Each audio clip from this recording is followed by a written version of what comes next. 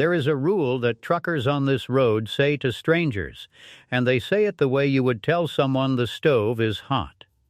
Bring 2 spares, not 1. 2. Most people hear it and nod and bring 1, because 1 spare is what a spare has always meant. 1 spare is the thing bolted under the bed of the truck at the dealership. 1 spare is what has gotten you through every flat you have ever had in your life, and on almost every road in America 1 is plenty.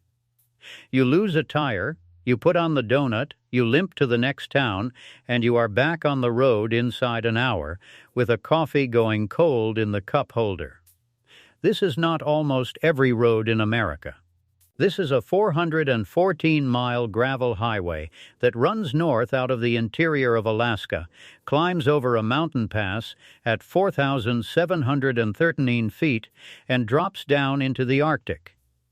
For one long stretch of it there is no gas, no food, no cell signal, no house, no tow truck, no ambulance.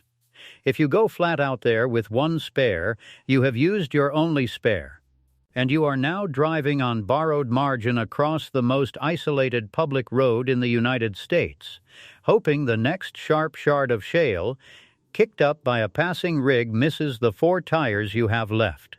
Ask anyone who runs it how often the road misses. That second spare is not caution. It is not folklore, either the Bureau of Land Management's own printed visitor guide for the Dalton Highway, in its list of what to bring for your vehicle, does not say a spare tire. It says, in plain type, at least 2 full-size spare tires mounted on rims. The federal agency that manages this road put the number in writing, and the number is 2. Out on the Dalton, that second spare is the difference between a delay and a body. And to understand why a piece of rubber decides that, you have to understand what this road actually is, because the danger of it is almost never the thing people picture. Let me explain it the way the people who drive it would.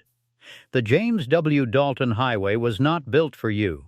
It was not built for tourists, or for adventure, or for the photograph people take now at the Arctic Circle sign. It was built in 1974 for one reason, and the reason was oil. When they found the oil at Prudhoe Bay, on the northern edge of the continent, on the shore of the Arctic Ocean, they had a problem no amount of money could immediately solve. The oil was up there. Everything else was down here.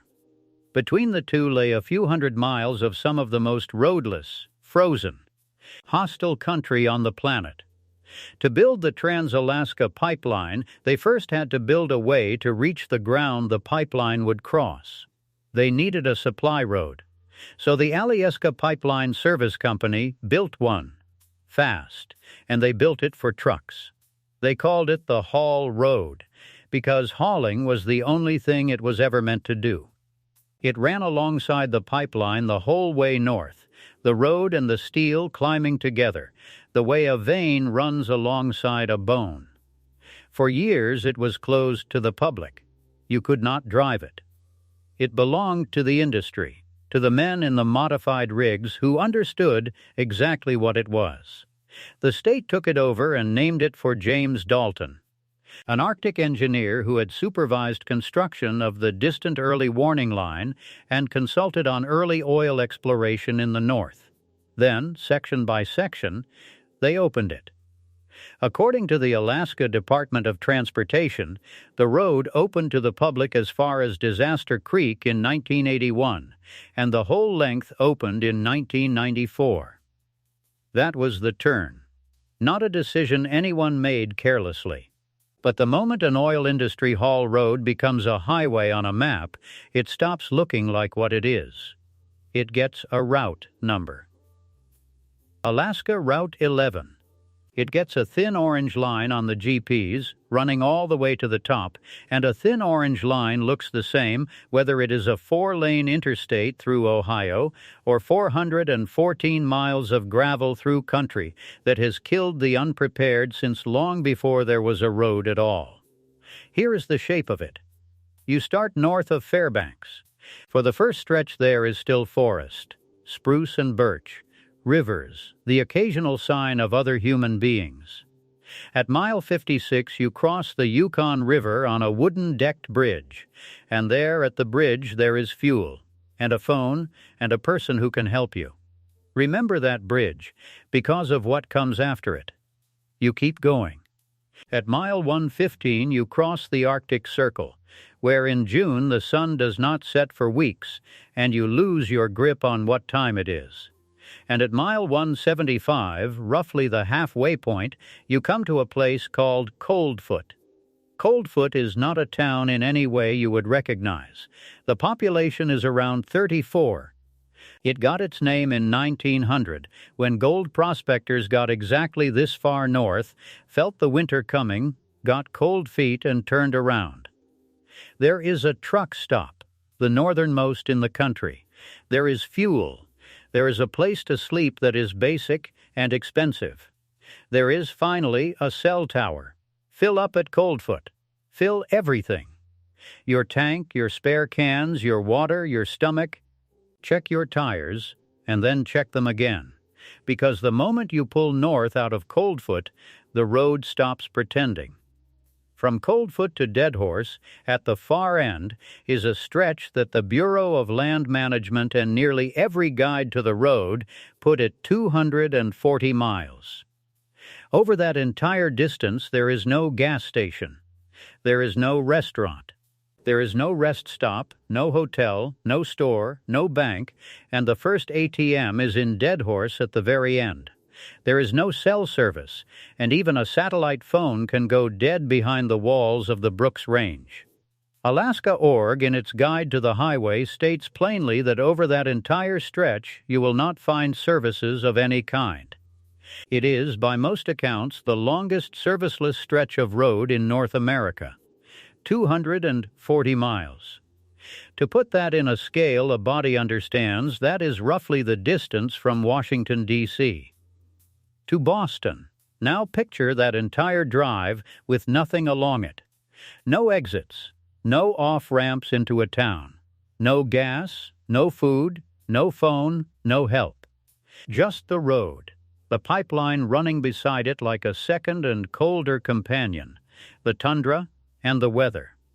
And the surface itself is working against you the whole way. Understand what you are driving on. By the accounting in most driving guides, roughly a quarter of the Dalton is paved and about 3/4 is gravel and dirt. Not smooth gravel. Broken, frost-heaved gravel with sharp rock in it. There are potholes described by people who have driven it as deep enough to swallow a small car. There are grades as steep as 12%. There is Atigun Pass at 4,739 feet, the highest highway pass in Alaska, carrying you over the Continental Divide through the Brooks Range, where snow can sit on the ground in July and the weather can turn from clear to whiteout while you are still inside it. And there are the trucks. By the federal figures compiled for the road, the traffic runs to roughly 160 trucks a day in summer and about 250 a day in winter. Big rigs loaded with fuel and steel and supplies for the oil fields. They own this road, they know it, and they do not slow down for you. When one passes on gravel, it throws rock, a spray of sharp stone at your windshield and your tires like buckshot, and this is not the rare event. This is every truck, every pass. Cracked windshields on the Dalton are common enough that some drivers treat a spare windshield as ordinary gear. Now put those two facts against each other. Sharp broken rock under your tires, sharp broken rock thrown at your tires. This is why the road eats rubber. This is why the veterans say 2, not 1. A flat out here is not a possibility you are guarding against. It is a near certainty you are managing, and the only real questions are how many, and where, and whether you have enough left to reach the next human being when it happens. Here is the arithmetic the second spare is actually about. You have 4 tires on the ground and, if you listened, 2 in reserve. Say you take a flat at mile 200. 25 miles north of Coldfoot, out in the open country. You change it. Now you have one spare left, and more than 200 miles still ahead of you to Deadhorse, and every mile is taking you farther from the last help behind you. You take a second flat at mile 260. You change it. Now you have 0. 4 tires on the ground, every one of them rolling across the exact surface that just destroyed 2, with 150 miles of it still to go, and not one person to call. That is the situation the road produces.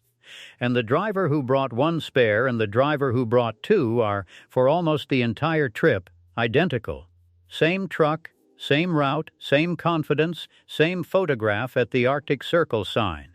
The difference between them does not surface until the second flat, and by then it is not a difference you can fix.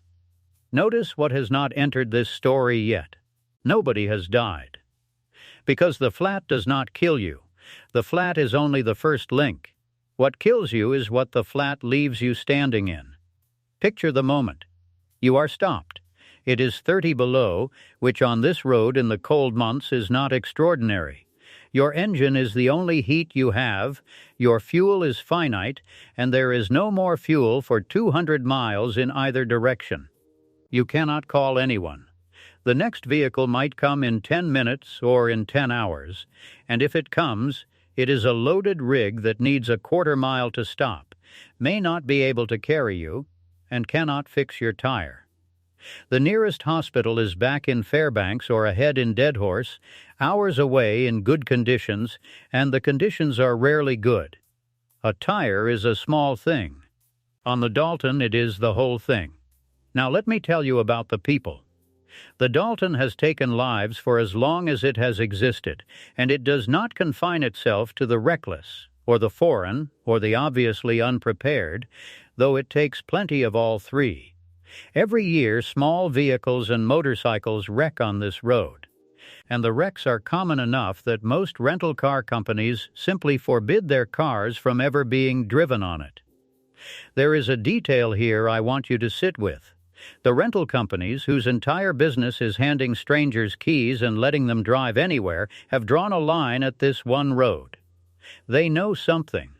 The victims arrive over the years in a particular order, and the order matters, because each one takes away a reason you might be telling yourself right now.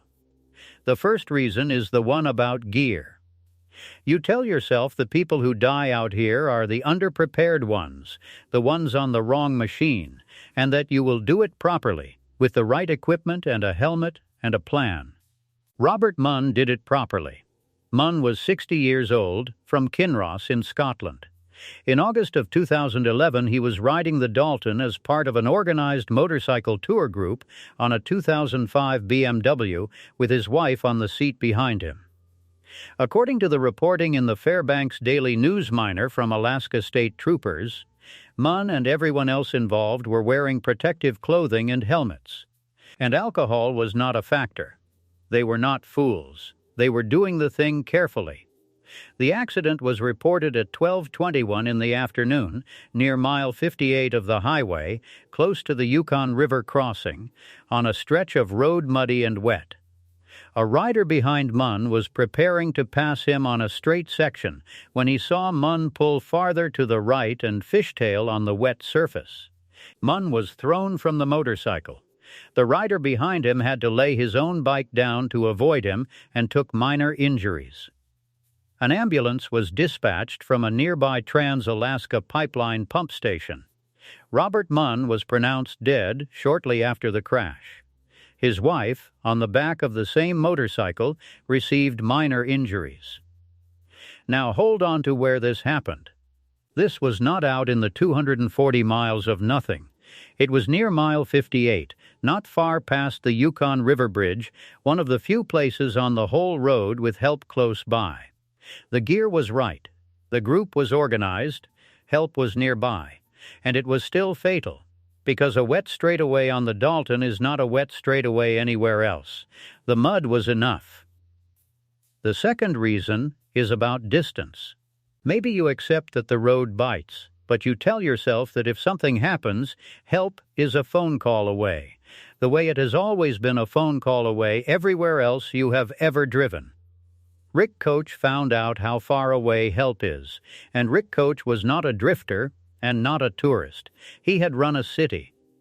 Koch was 60 years old, from Kenai, Alaska. He had served as Kenai's city manager for a decade, from February of 2006 until the end of 2016. And by the accounts of the people who worked under him, he was good at it.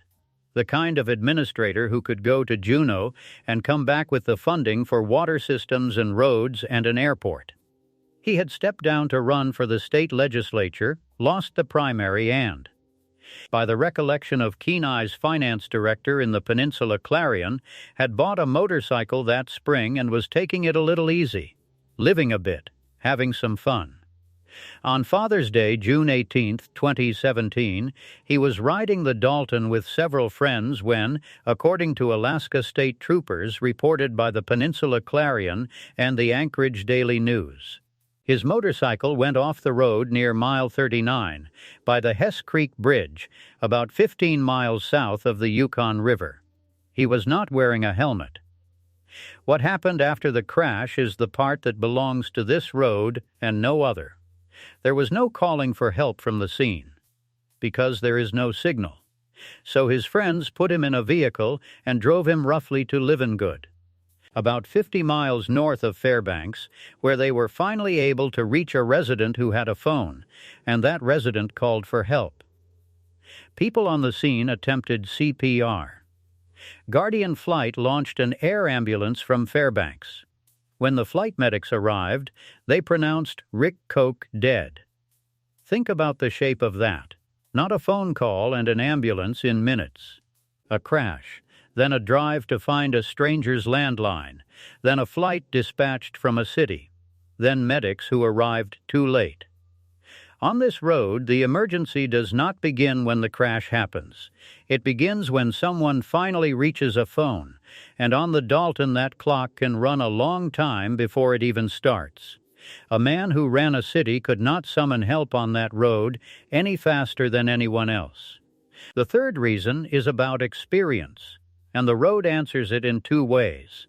Sometimes the experienced die, and sometimes the experienced live, and their survival tells you more than a death could, because it shows you exactly how thin the margin is even when everything goes right.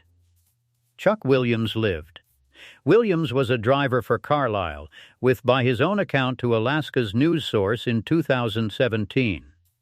34 years behind the wheel of big rigs and 22 years running the Dalton to the North Slope. He knew the road the way you know a hallway in your own house. In March of 2017, he was one of 4 truckers caught in a massive avalanche in Atigun Pass. The snow hit the side of his truck without warning. He described those first seconds plainly, that you are not really thinking anything. You are just hanging on. He did not even hear the first slide. He heard the 2 that followed. Then he waited. Rescue crews took 2 hours to reach him. 2 hours, buried, in a mountain pass in the Arctic in March, and he was one of the lucky ones, because his company's safety training kicked in, and he had cold weather gear, and he got on the radio to the other drivers. The Alaska Department of Transportation notes that avalanches in Atigun Pass are a regular occurrence and have left drivers stranded for days, and that snowdrifts there can stop even semi-trucks cold. Williams survived because he was prepared, and because help was coming, and because it only took 2 hours. Change any one of those, and the story ends differently. That is the whole lesson of him. The road did not kill the veteran that day.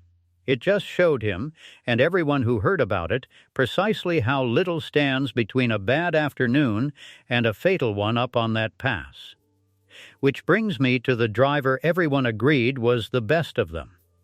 To understand why Joy Wiebe matters, you have to understand who she was on that road. She was 50 years old.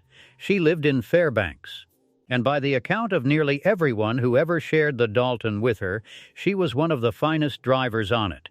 She had been running the road for 13 years. 13 years of hauling up to Prudhoe Bay and back, of gravel and ice and fog and rock, of the exact conditions that had killed people who did not know what they were doing. And she was more than a driver. She was, as her fellow truckers and the reporters who wrote about her agreed, the only woman regularly pulling a fuel tanker up that road. In a fraternity of men in modified rigs, on the loneliest highway in the country, she was the one woman doing the hardest version of the job, and doing it better than most of the men. They loved her, and that word comes up again and again from people who knew her, and truckers do not spend that word lightly. A fellow driver named Colin Conkle told the Fairbanks Daily News miner that she had far more haul road time than he did, with very little trouble, and that all the drivers loved her and considered her first class. A woman named Jackie Vietz, who worked at Coldfoot Camp, the last stop at the halfway point, had known her for a dozen years and saw her every time she passed through. Randy Matheson, who ran a Facebook page for the truckers on that road, remembered introducing herself and getting a big hug in return. Wiebe took her dogs with her on runs sometimes. She was small and strong, and on a road named for its ability to kill, she was one of the safest people who had ever driven it. She was not a tourist. She was not on the wrong machine. She was not underprepared. She was the answer to every excuse. She was the person you would have flagged down for help.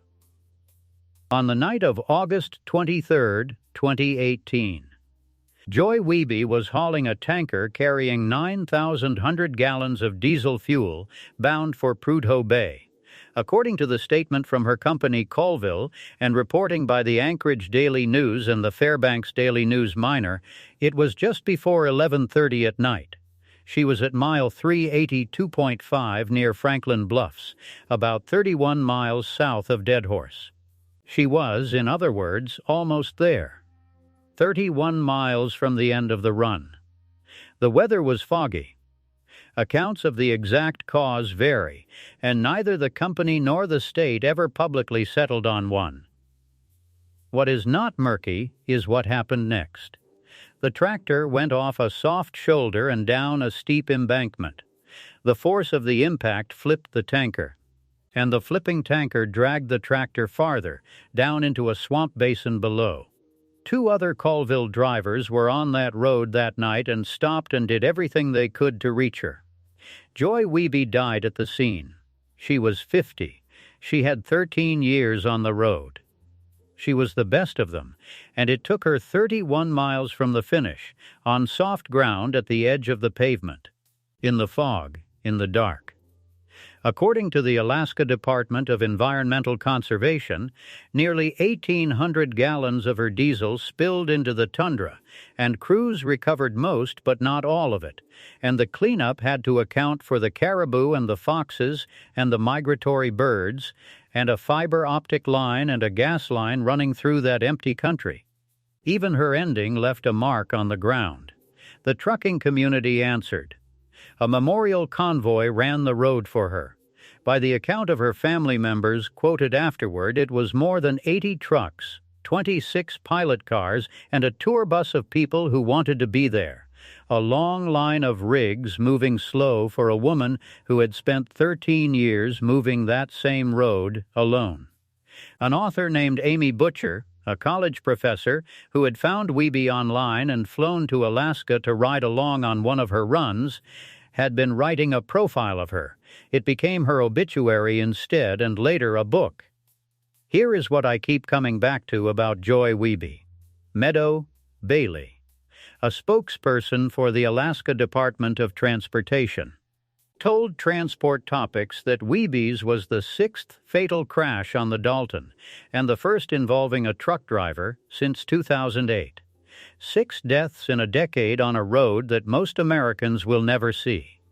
And the one that ended that count was the safest, most experienced, most beloved driver on it, gone in the fog on a soft shoulder near the end of an ordinary run.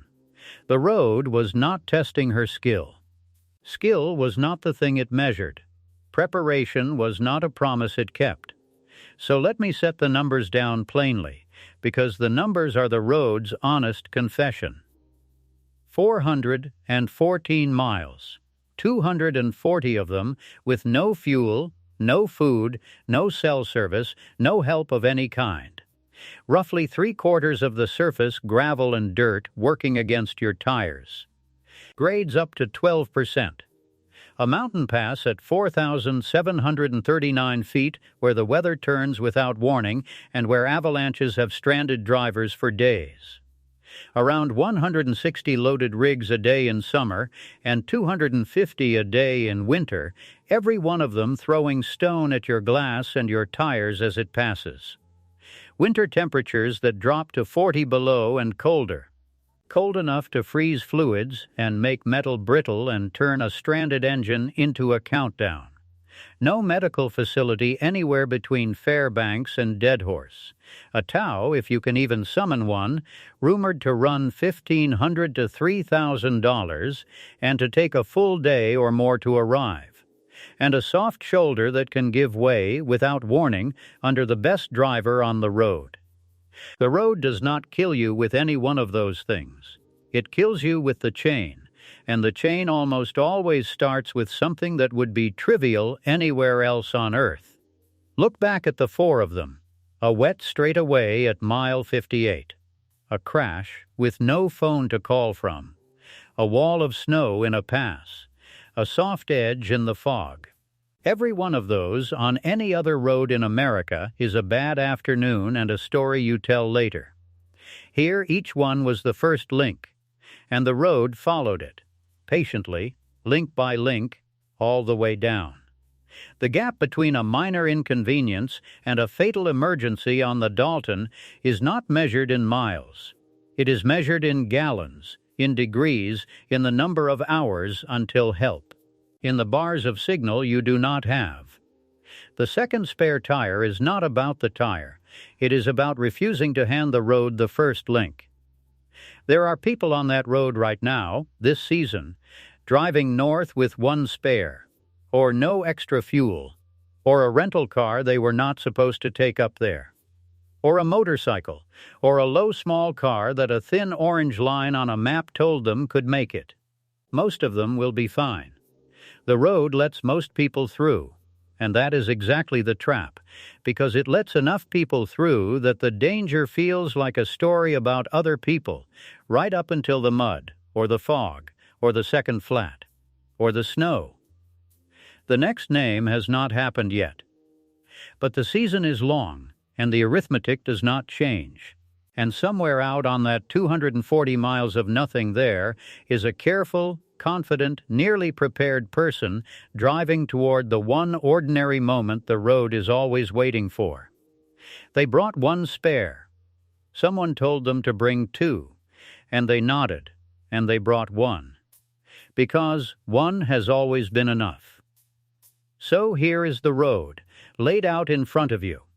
414 miles of gravel and rock and fog and cold, an oil company haul road wearing a highway's number, running north beside a pipeline to the top of the world, offering you a line on your map that looks exactly like every safe road you have ever driven, past a bridge at mile 56 and a truck stop at mile 175 that are the last 2 human hands you will feel for 240 miles. Over a pass where the snow comes down without asking, under 250 rigs a day throwing stone at everything you own, across the same soft shoulder that gave way under the best driver who ever ran it, 31 miles from the end, in the fog in the dark. Bring the second spare.